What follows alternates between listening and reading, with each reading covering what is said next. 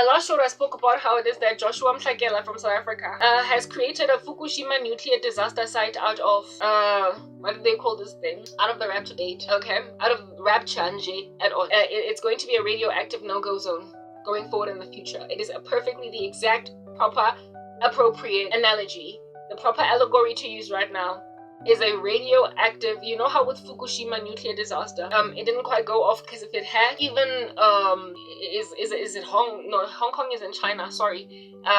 What is Japan's main city, man? The one that's really bustling and hectic? I forgot. But if at all that nuclear reactor had gone off, yeah, Fukushima. I watched a show on Netflix called Days speaking about this particular event.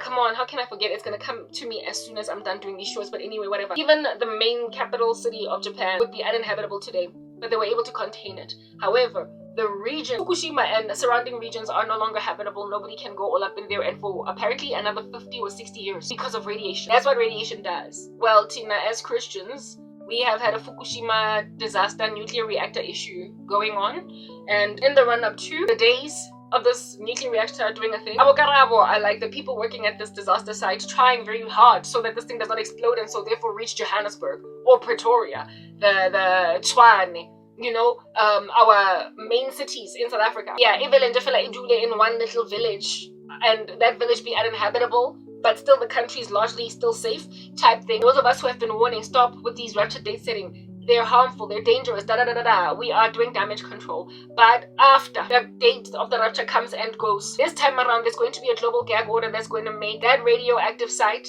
that radius of land, uninhabitable. And it'll forever be a reminder when we look back at Fukushima proverbial.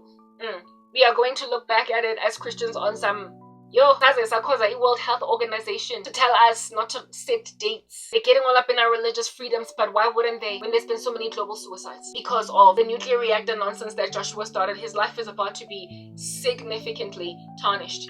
He's not going to recover for Joshua. And the body of Christ is now going to have a radioactive site in its doctrine, and that there's certain things that we're not going to be able to freely speak about with the freedom of expression because of the disaster that it caused on the 23rd and the 24th of September, or rather let me say the 25th and going forward. Fukushima.